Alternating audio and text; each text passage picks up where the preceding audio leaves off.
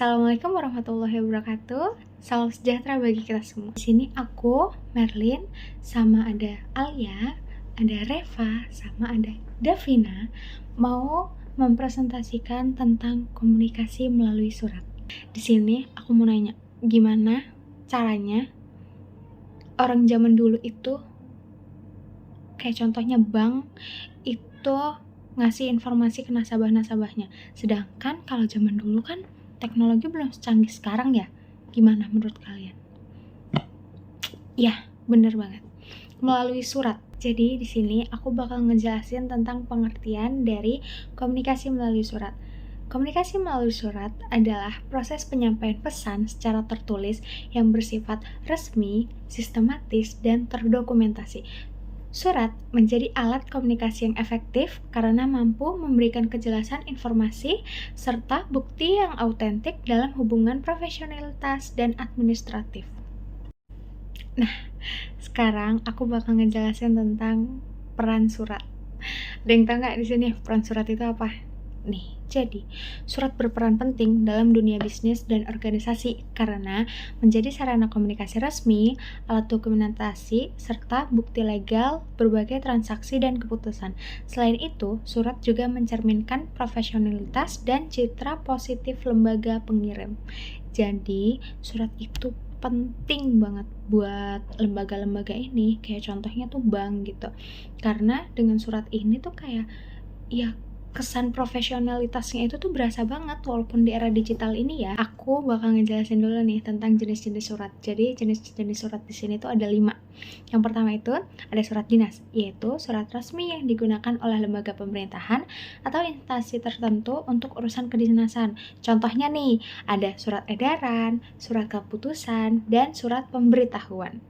Yang kedua, itu ada surat niaga atau surat bisnis, digunakan dalam kegiatan perdagangan atau ekonomi seperti surat penawaran, surat permintaan, surat pesanan, dan surat penagihan. Yang ketiga, itu ada surat pribadi resmi, yaitu surat yang dikirim oleh seseorang kepada lembaga atau pejabat dengan format formal seperti surat lamaran pekerjaan, atau surat permohonan izin. Yang keempat itu ada surat undangan resmi. Digunakan untuk mengundang pihak tertentu dalam acara atau rapat resmi. Gitu. Terus yang terakhir yang kelima, itu ada surat kuasa dan surat perjanjian. Memiliki kekuatan hukum tertentu dan digunakan untuk memberikan wewenang atau mengikat kesepakatan antara dua pihak. Selanjutnya bakal dijelasin sama teman-teman aku tentang langkah-langkah dan alasan pentingnya komunikasi melalui surat. Halo teman-teman semua, sebelumnya perkenalkan nama aku Alia Pramatik.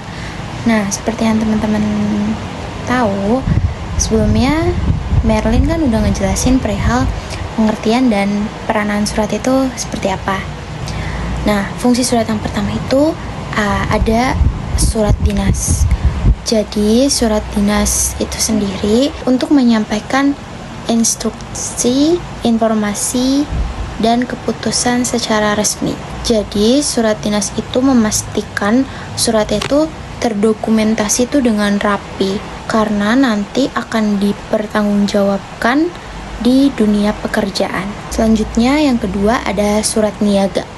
Fungsi surat niaga adalah sebagai bukti tertulis atas perjanjian, panduan kerja, alat promosi, pengingat, serta bahan pengambilan keputusan. Jadi kan tadi salah satunya ada bukti tertulis ya. Jadi kalau mau melakukan perjanjian itu harus ada surat yang bisa menjadi bukti sah dan konkret atas suatu perjanjian atau kesepakatan dalam bisnis. Selanjutnya ada fungsi surat pribadi resmi. Jadi fungsi surat pribadi resmi itu sendiri menyampaikan komunikasi formal dan individu sebagai pribadi kepada instansi atau organisasi tertentu. Kayak contohnya menyampaikan permohonan izin seperti pendaftaran, pelamaran pekerjaan kepada pihak instansi atau organisasi itu sendiri. Selanjutnya ada surat undangan resmi.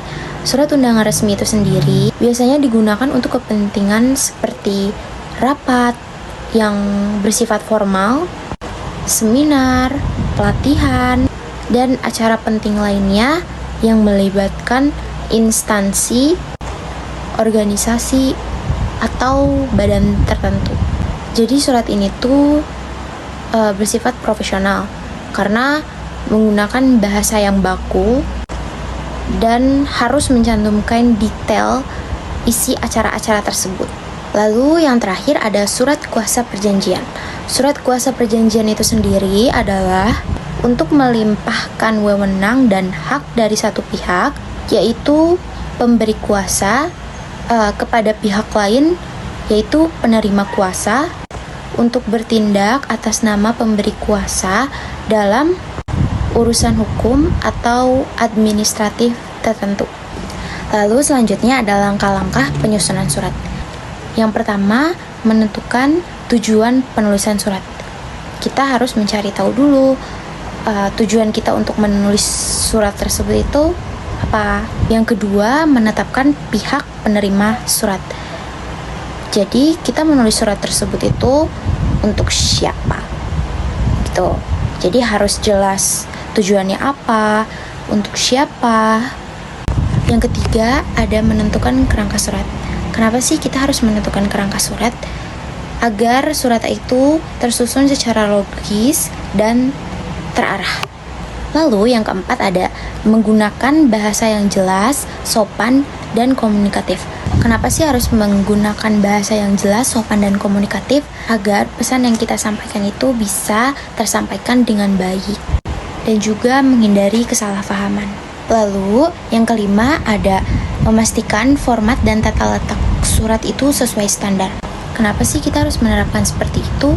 Agar membangun kepercayaan dan menciptakan kesan yang baik. Lalu yang terakhir, melakukan pengecekan akhir. Kenapa sih kita harus melakukan pengecekan akhir? Karena kalau salah satu nggak ada aja, kayak misalnya nggak ada judulnya, nggak ada nama untuk siapa kita membuat surat tersebut sifatnya jadi tidak valid atau tidak sah. Oke, selanjutnya kita mulai dari sedikit sejarah tentang Bank Sentral Asia atau BCA. BCA adalah salah satu bank swasta terbesar di Indonesia yang terdiri sejak tahun 1957. Seiring perkembangan zaman, BCA berhasil memadukan dua hal penting. Yang pertama, layanan konvensional dan layanan digital. Dua dunia yang berbeda tapi berjalan dengan sangat efektif. Menariknya, walaupun sudah berada di era serba digital, BCA tetap mempertahankan komunikasi formal melalui surat. Kenapa? Karena bagi BCA, surat bukan sekedar kertas berisi tulisan, tetapi simbol profesionalitas, kepercayaan, dan bukti resmi antara bank dan nasabahnya. Namun, walaupun sudah berada di era digital, ternyata penggunaan surat masih menimbulkan beberapa permasalahan. Proses pengelolaan surat membutuhkan ketelitian dan efisiensi tinggi, karena jika ada kesalahan, dampaknya bisa langsung dirasakan oleh nasabah. Sebagai contohnya, setiap surat dikirim harus melalui beberapa tahapan, mulai dari pengetikan, pengecekan, dan pencetakan, hingga proses pengiriman. Tahap ini memakan waktu cukup lama dan melibatkan banyak pihak, sehingga tidak jarang menimbulkan keterlambatan. Hal ini menunjukkan bahwa meskipun surat memiliki nilai profesionalitas tinggi, proses komunikasi melalui surat masih perlu ditingkatkan efisiensinya agar tidak menghambat pelayanan dan kecepatan informasi kepada nasabah. Selanjutnya, mari kita bahas kendala-kendala utama yang sering muncul dalam proses komunikasi surat di BCA. Yang pertama, keterlambatan pengiriman, proses cetak, pengepakan, hingga pengiriman sering memakan waktu, apalagi kalau ada kendala di kurir atau alamat yang tidak jelas. Yang kedua, kesalahan data. Kadang ada kesalahan pengetikan, namun alamat atau nomor rekening hal kecil tapi bisa berdampak besar.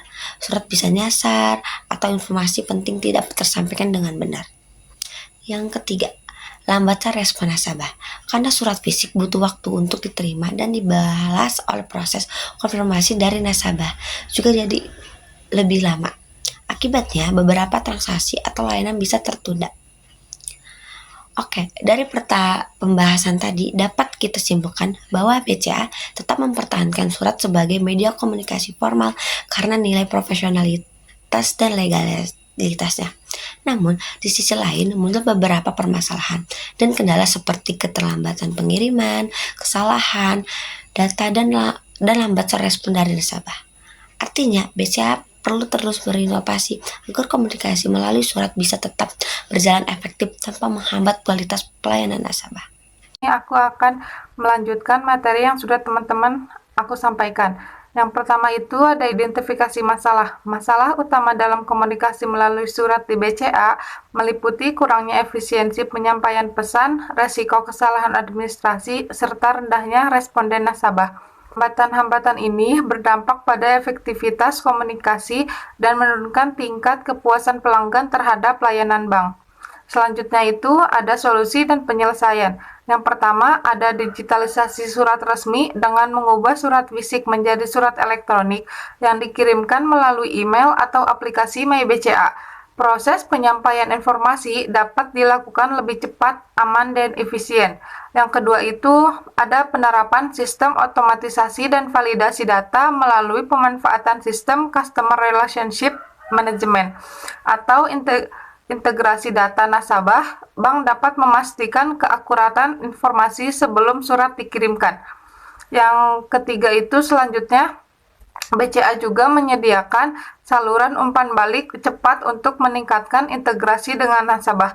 Dalam setiap surat, baik fisik maupun digital, sebaiknya disertakan kontak layanan seperti nomor WhatsApp ataupun alamat email. Setiap surat, baik surat fisik maupun digital, sebaiknya disertakan kontak layanan seperti nomor WhatsApp resmi, alamat email, atau tautan informasi tanggapan agar nasabah dapat memberikan respon dengan mudah.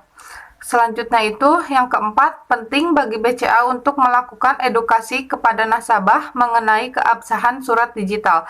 Melalui kampanye komunikasi dan sosialisasi, nasabah juga perlu diberi pemahaman bahwa surat elektronik yang dikirimkan kanal resmi memiliki keakuratan hukum dan keabsahan yang sama dengan surat fisik.